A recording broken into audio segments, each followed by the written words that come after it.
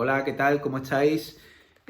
Os saludo una vez más por aquí, por este medio. Espero que estéis todos bien de salud, que en casa todo el mundo se encuentre en condiciones normales y que no haya ocurrido ningún percance en ninguna de vuestras casas, que lo estéis llevando lo mejor posible, que el comportamiento sea correcto, que estéis colaborando y que estéis haciendo las actividades. Por favor, mandadme todas las actividades a mi correo electrónico, ¿vale? fjmarmol@hotmail.com.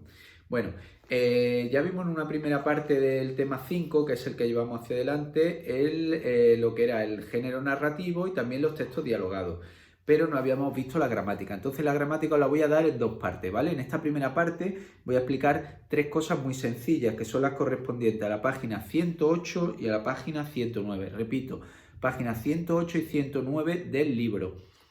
Ejercicios que vamos a llevar, el 30, 31, 32 y 33. Sobre lo que yo voy a explicar ahora, ¿vale? Que ya lo tenéis puesto, pero ¿qué es sobre lo que yo voy a explicar ahora? Hemos visto hasta ahora el grupo nominal, el grupo adjetival, el grupo verbal, adverbial. Todo esto no eran más que pequeños grupos de palabras que había dentro de la oración que tenían un núcleo, pues en el caso del grupo nominal era un sustantivo, era la palabra principal, en el grupo adjetival era un adjetivo y en el grupo adverbial un adverbio. Son pequeños grupos, pequeñas pandillas de palabras dentro de la oración que si tú las cambias de sitio, la oración sigue teniendo el mismo sentido. Eso es un grupo sintáctico, un sintagma que se llamaba antiguamente, ahora son grupos. Pues bueno, bien, en este tema 5 vamos a dar el grupo verbal.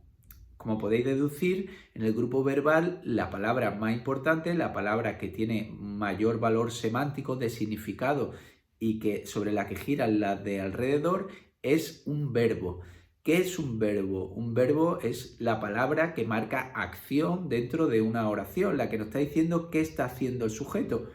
Normalmente en una oración tenemos un sujeto y tenemos un verbo. Normalmente están colocados de esta manera, primero el sujeto y luego el verbo, pero puede ocurrir que estén también cambiados, pero normalmente lo vamos a encontrar así. Dentro del sujeto, el sujeto es normalmente quien realiza la acción y el verbo, y el sintagma verbal o grupo verbal, es el que es el núcleo, es el verbo, ¿vale? Que nos marca la acción que está realizando el sujeto. ¿Qué es lo que ocurre? Que normalmente ese verbo y ese sujeto van a ir coordinados en género, en número, en persona, en todo. Van a ir coordinados. ¿Qué significa esto? Pues significa que si yo, por ejemplo, digo los perros fueron abandonados, cuando yo digo fueron, que es el verbo, fueron abandonados, perdón, fueron me está marcando una tercera persona del plural. Ellos fueron. No me está marcando una primera, ¿no? Yo no puedo decir los perros,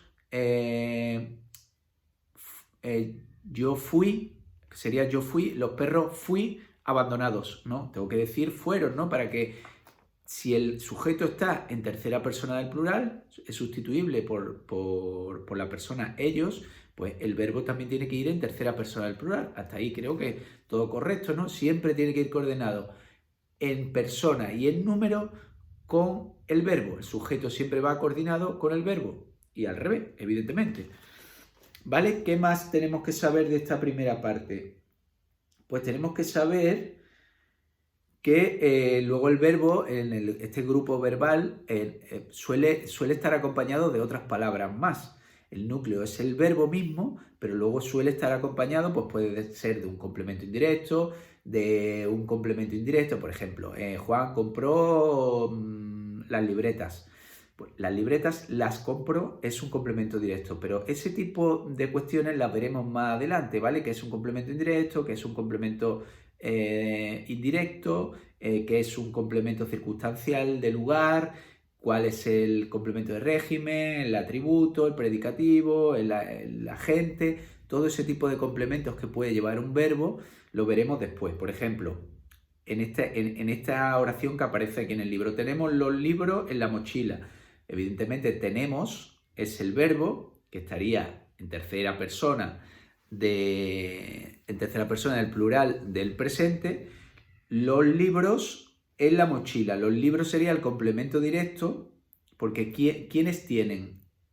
¿Quiénes tenemos? Nosotros. Nosotros sería el sujeto que aquí estaría omitido, o elíptico. Tenemos los libros, los tenemos, cuando se sustituye por los es un complemento directo. Los libros en la mochila. En la mochila no está marcando un lugar, por lo tanto es un complemento circunstancial. Bueno, esto lo veremos más adelante, los tipos de complemento del verbo. Y luego tenemos que, bueno, los verbos son palabras que indican acciones, procesos o estados. Ojo a lo de los estados. Ser, estar y parecer también son verbos. Juan es guapo. Ese es, aunque no es una acción, es un estado, es una manera de ser, es un verbo, ¿vale? Ser, estar o parecer. Son verbos copulativos que se llaman, ¿vale? Ya lo veremos eso también más adelante. Y los verbos pueden estar en forma simple o en formas compuestas. ¿De acuerdo? Forma simple, una sola palabra. Miguel cantó en la ópera. Forma compuesta, Miguel ha estado dormido. Tiene 3 palabras, es una forma compuesta. Más de una palabra el verbo, ha estado dormido, son 3 palabras. Eso es un verbo compuesto. Ha cantado, fue dormido. Toda esa combinación de 2 palabras que están marcando la acción de lo que está realizando el sujeto, esos son verbos compuestos, ¿vale? Cuando el verbo es más de una palabra, no es solo una. Hasta ahí la primera parte de la gramática. No os quiero aburrir mucho más y quiero que me hagáis la 30, la 31, la 32 y la 33, ¿vale? Subiré más vídeos de este tema 5 que lo iremos gastando poquito a poco, ¿vale? La segunda parte la veremos probablemente a principio de la semana que viene, ¿vale? Venga, estupendo. Me alegro de veros y lo dicho, que sigáis bien y por favor en casa colaborad todo lo que podáis, que las circunstancias son un poco complicadas.